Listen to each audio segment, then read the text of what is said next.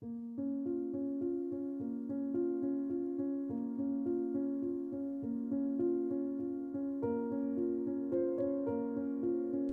হাত ধরে এগিয়ে যেতে থাকি অনুষ্ঠানে ঝলকানো রাত্রির ইস্তেরা দেখার জন্য। গেটের সামনে এগিয়ে যেতেই এক বাঙালি ভাইয়ের দেখা পেলাম। মুখে খোঁচা খোঁচা কাঁচা পাকা দাড়ি ও মোচ, হালকা পাতলা শরীরের গঠন, বেশ গতানুগতিক লম্বা হবে। মাথার পিছনে কেবল কিছু চুল আছে, কপালের ওপরে বিলকুল চুল নেই, মানে টাক মাথা। কিছু দুষ্ট প্রকৃতির মানুষ এক কথাই বলে ছাদে মাল নেই। শরীরে পুরনো মেজেন্ডা কালারের ফুলহাতা শার্ট, পরনে জিন্সের ফুল প্যান্ট, হাতে একটা মাঝারি আকারের লাঠি। সুপারভাইজার ওনাকে ডেকে বললেন, ইনারা অনুষ্ঠানের জন্য ইস্তেরা ভাড়া করতে এসেছেন। এখানে অনুষ্ঠান চলছে, তাই স্যারেরা যাবেন না। ম্যাডাম সাহেব এবং ছোট্ট মামুনি যাবেন ইস্তেরার ভিতরটা দেখতে। প্রবাসী ভাইটি তখন বললেন, ঠিক আছে, তিনি নিয়ে যাবেন ভিতরে। আসেন ম্যাডাম বলে ভদ্রলোক সামনে যেতে থাকেন। আমিও যুথিকার হাত ধরে বয়োবৃদ্ধ প্রবাসী রেমিটেন্স যোদ্ধার পিছনে যেতে থাকি। প্রধান গেট পার হতেই কিছু অবাক করা স্মৃতি দুচোখে ছেপে যায় নীলাম্বরী ফুলের ছোঁয়ার। প্রধানমন্ত্রী শেখ হাসিনার ৭৭তম জন্মদিন উপলক্ষে আলোচনা সভা ও সাংস্কৃতিক অনুষ্ঠানের আয়োজন করেছিলেন রিয়াদ আওয়ামী পরিষদের কমিটি। সেই অনুষ্ঠানের দাওয়াত পেয়েছিলেন কবি রফিউদ্দিন মারুফ। অনুষ্ঠানে কবি অংশ নেবেন, তাই তার ইচ্ছে মেয়েকে তার সাথে নেবেন। এ কথা শুনে মেয়েও ধেই ধেই করে নাচতে শুরু করে। আমি আব্বুর সাথে যাব অনুষ্ঠানে, কি আর করা, তাই মেয়ের সাথে আমাকেও আসতে হয়েছিল। অনুষ্ঠানে অংশ নিয়েই মনের মধ্যে একটা ছটফট ভাব যোগ হয়েছিল।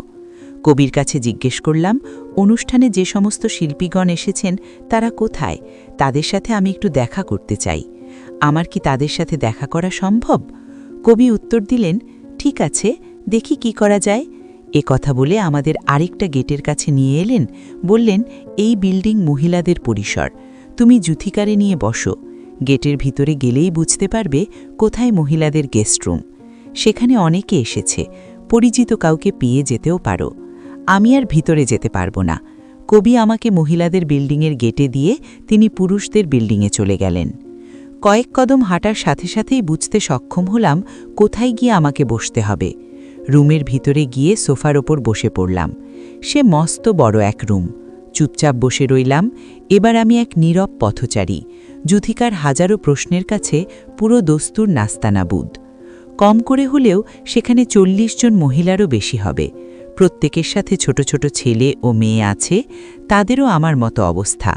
কোনো কোনো বাচ্চারা ফ্লোরে গড়াগড়ি করে খেলা করছে, তাদের মা ধমক দিয়ে কাছে ডেকে নিচ্ছে। আবার কেউ ব্যর্থ হচ্ছেন বাচ্চার ইচ্ছের কাছে। ধীরে ধীরে রুমের মধ্যে লোকের সমাগম বেড়ে গেল।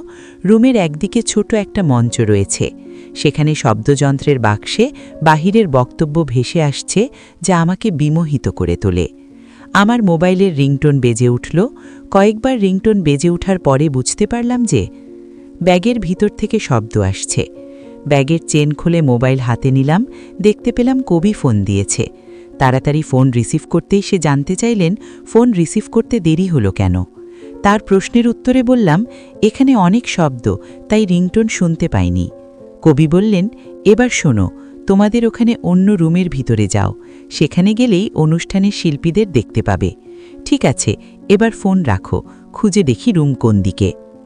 যুথিকার হাত ধরে দরজার সামনে এগিয়ে যেতে থাকি। প্রসঙ্গত জানিয়ে রাখছি, এখানে প্রথম আসলে সবারই আমার মতন অবস্থা হবে, এটা আমার নিজের বিশ্বাস থেকেই বলছি। কারণ এত বড় জায়গা নিয়ে ইমারত দাঁড়িয়ে আছে যে কাঙ্ক্ষিত স্থান খুঁজে পাওয়া একটু কষ্টকর হয়ে পড়ে বইকি।